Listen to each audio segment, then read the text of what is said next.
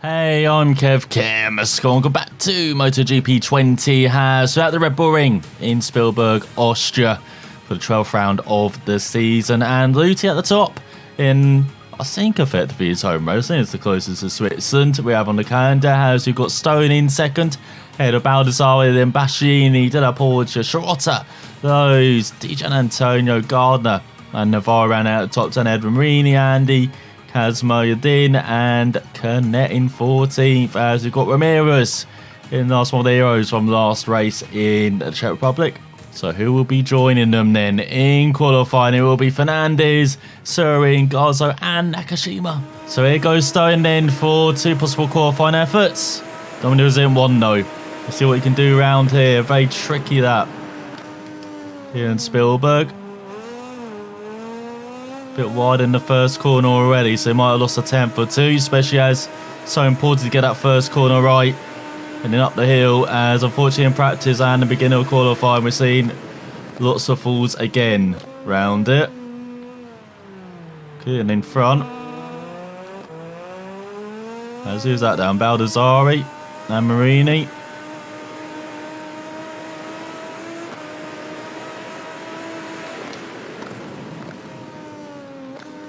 There's a major stoppy. Sun a bit wide, but on the power nice and early.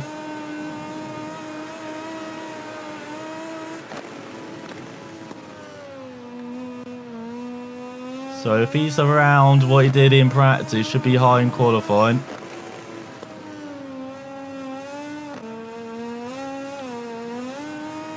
As everyone has gone down. My God. There have been updates as well. All these milestone have not bothered to look at this though. Absolute joke.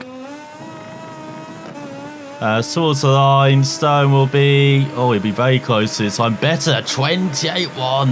And it's pole for Stone for the first time in a few races. As Schrotter in second ahead of teammate Luti. Not that it will probably matter in the race where you qualify. You've got Baldassarre in fourth ahead of Della Porta and Fernandez, then Gardner leading Kazmoyedin and Bastianini, with Navarro ran out of top 10 of Marini and Canet, then Andy, Dijan Antonio and Surin, with the sit throw, Garzo, Lowe's and Nakashima. Why is it raining? Who put the rain on? This is going to be an utter disaster. So we'll put the food up to like 11. Oh my God, you can put loads of excess food in. Put up to 11.5 then. Because you may have noticed there's quite a few long straights around it. So here we go then. I'm sure this will be great fun. So we're underway for 9 laps. In the pouring wet.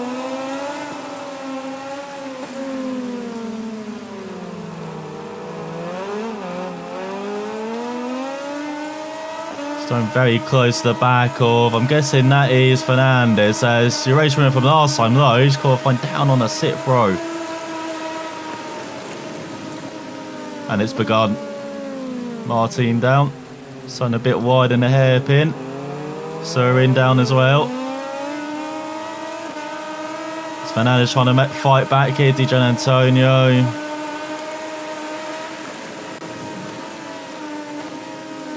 Stone braking early. Even in the bike still slides right for that right hander. Baldassarre tries to get up to fourth. Gardner looking to the top 5 as well. That pass, Baldassarre. Great move from the Australian. Look at Kazmaz out to sit. There's Bezzecchi batting for a point with Manzi on the home vehicle. A great job from the Italian. It's third countryman so far. So not too chaotic on the opening lap though. That is good to see. Of course we've raced this in the dry, not in the wet, as Stone previously. So it might be better in the old wet. Hopefully it is, somehow. I don't really understand the logic, but you never know. Spawns in the 15th head of Bezzecchi. Raffin up to 9th on the NTS. God, the Swiss is flying ahead. Leaving some good points. As, oh god, Luti down. You can see the difficulty getting on the power there. Lots of wheel spin. They're Stone up to third. And there goes Garzo. And Stone being punted wide.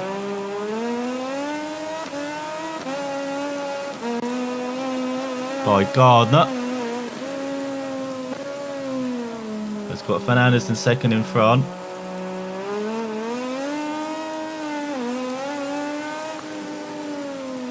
You can see how much the rear spins up here.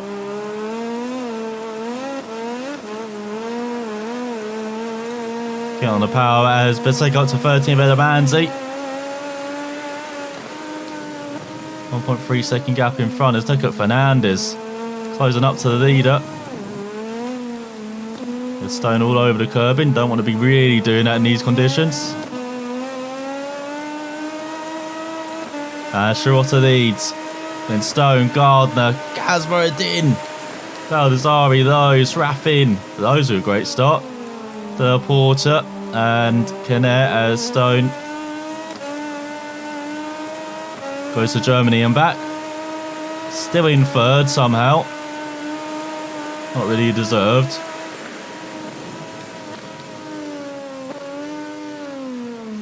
It's always gone wide, and so has Shorter from the lead. So Gardner sneaks up to second, while Stone had to run right and really run right and hold the brakes. As the German went down.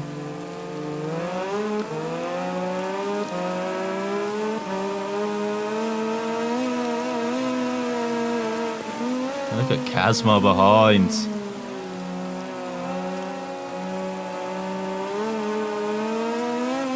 As we approach a further way through this race.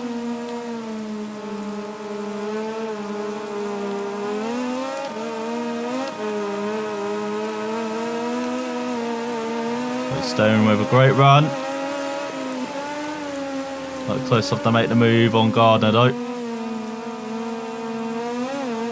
There's Fernandez with a bit of a gap in the lead.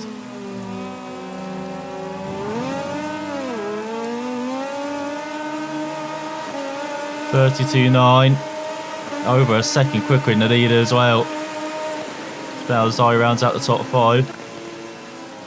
Stone once again break into Norway and back this time. As Bezzecchi rounds out the top 10 of the Corsi. Just that first corner he can't get a braking down for. 1.4 second gap behind.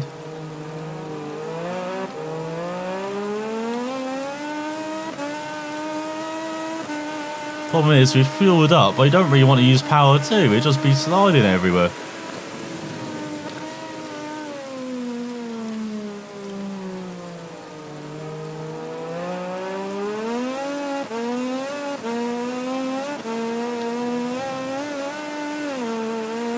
I mean, we're sliding everywhere already. Just normally on power 1, so it's starting a bit of a dilemma as the MV Augustus battle over 11th.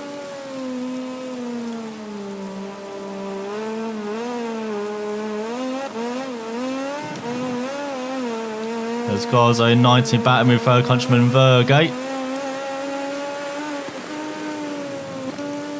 Gardner not really getting away. In second. As they'll pull 2 up to 8.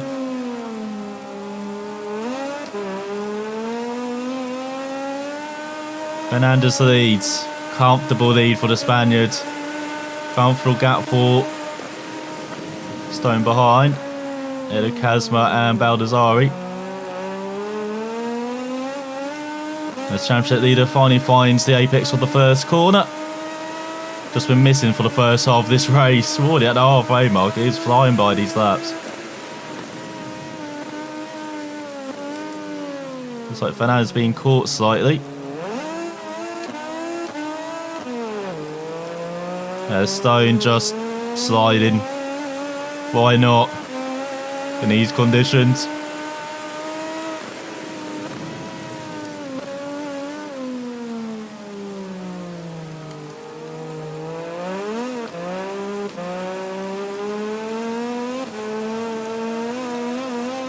Gap up to 1.8 now. 4-second gap behind. As Kazma having a bit of a job keeping Baldazari behind. It seems like then. It's DJ Antonio. Good comeback. Up to 16th already ahead of Buttercup. Oh, and Stone down.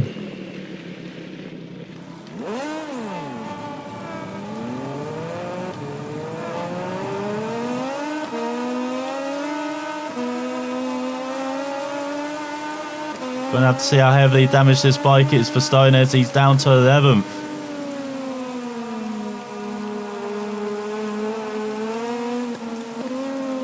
On the MV Augusta. You didn't think we'd be saying those words this season as onto lap 6. So the only one is susceptible in these conditions, even the championship leader.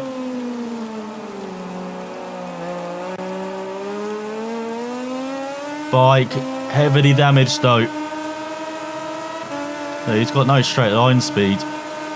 He's down like 20 miles per hour, I think.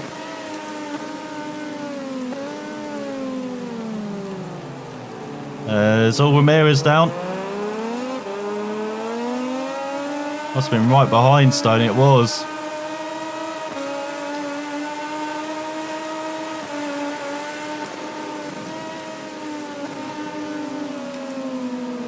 It's everyone just diving by.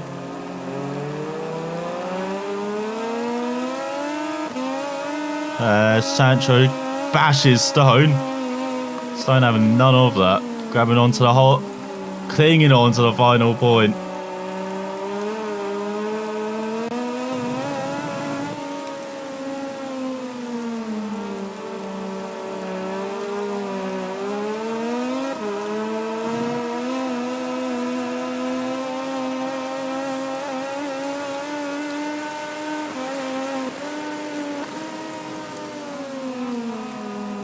As Ghana sets the fastest out, catching up to Fernandez.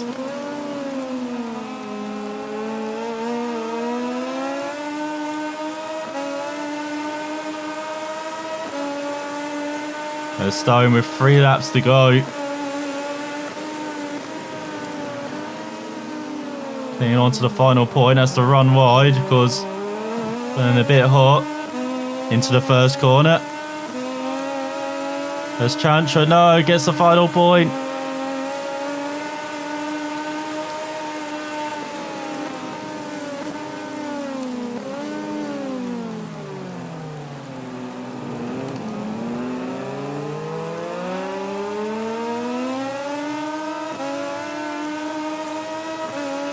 Stone runs wide, Ramirez by.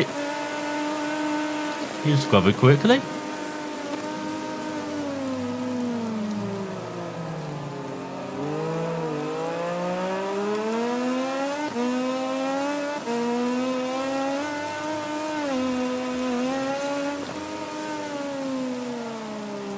So that's Garzo behind in 18th.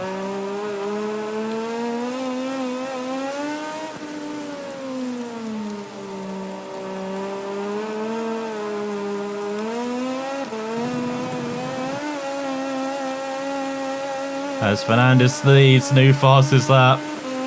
Up there to Gardner.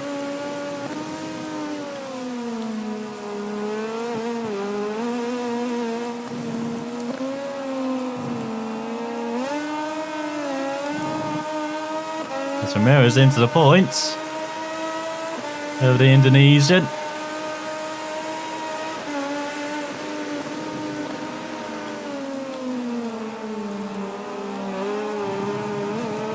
Stone pushing hard for Boyne. But the bike's so heavily damaged after that fall. It is unlikely.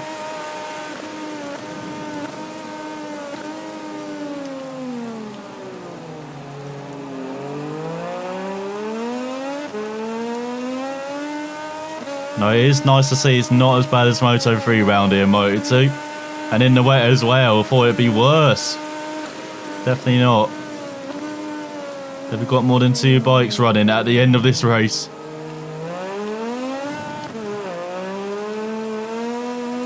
With DJ and Antonio up to 9th ahead of Del Porter.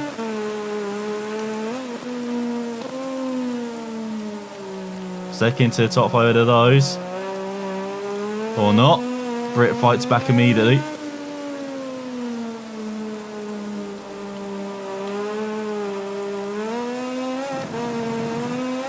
It's heading on to the final lap then. Fernandez, another fastest lap. Comfortably ahead of Gardner.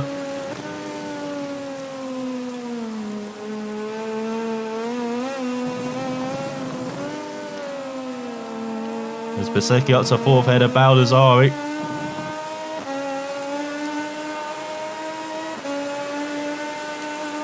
So here we go then.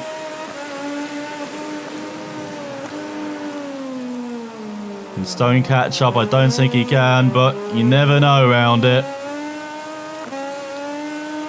Looks like Ramirez pressuring 14th for some more points. 2 races in a row. Played ages for points, suddenly coming like buses for the Spaniard.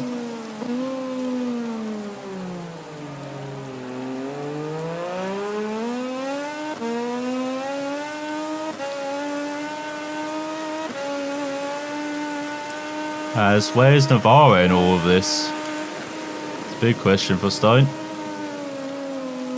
Nailed on podium, went away in a flash and a blink of an eye. As Pons up the 10th ahead of Del Porter.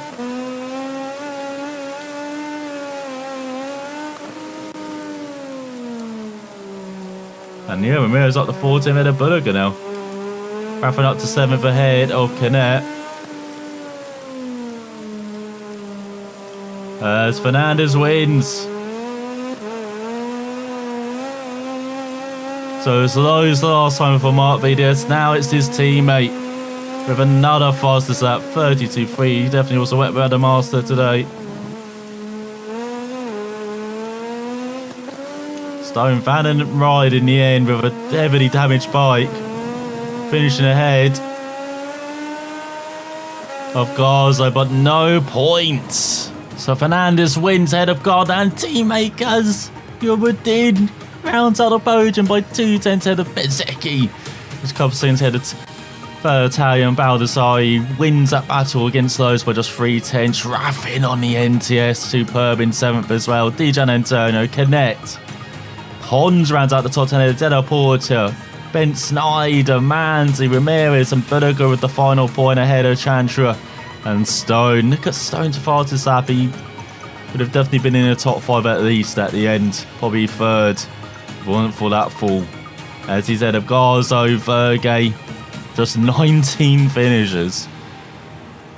So, the retirement. Corsi, Shawata, Luti, Navarro, Roberts, Nakashima, Andy, Dixon, Marini, Baschini, Martin and Siren, with most of them on the opening lap, and including 2 of the main title rivals, Marini and Navarro.